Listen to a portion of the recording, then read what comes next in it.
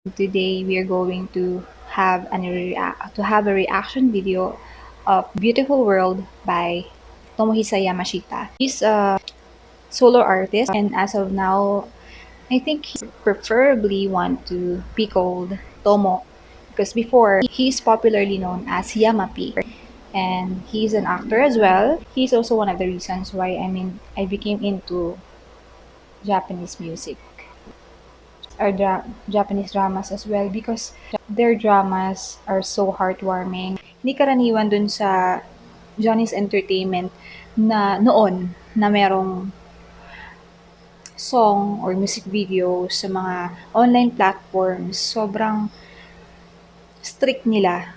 Naantig talaga ako kasi dun sa ano. So, ano lang to, intro. So, baka mas mahaba pa yung intro kaysa sa mismong reaction video.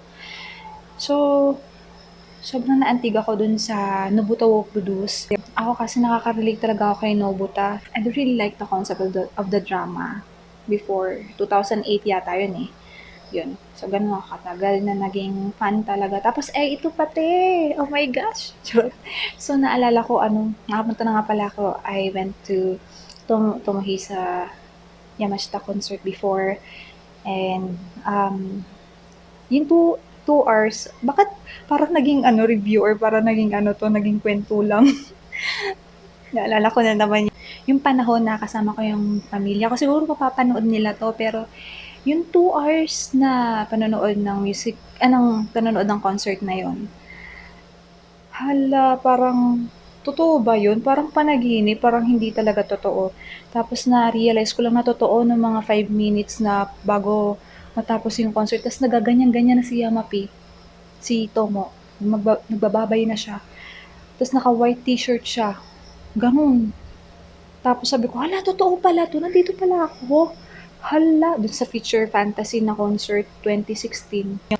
Wala lang, na-share ko lang. Nakakamiss kasi yun yung first time na nakapunta po ako ng Japan. Ang strict kasi ng company nila.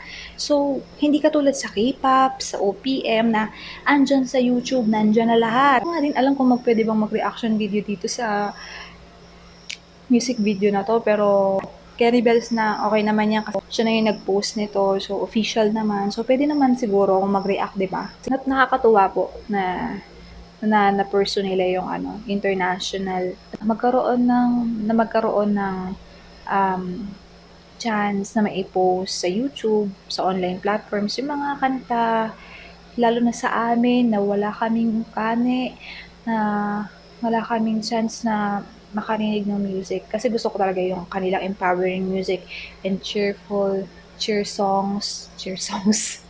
Yun. Okay. Ang ganda ng headings, ng letterings. pati ba yan i-comment ko? Naka-side view si Koya.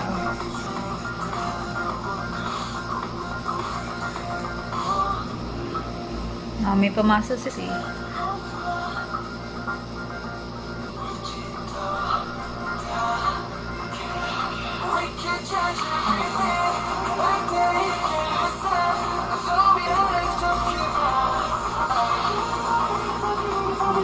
Clear yung parang lagi ko nakikita sa mga music video na yun.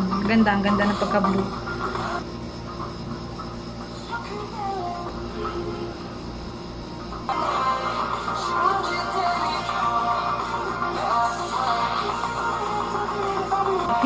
Enlightened.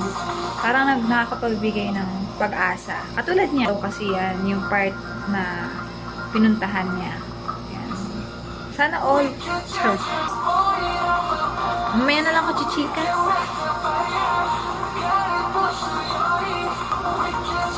Ang ganda!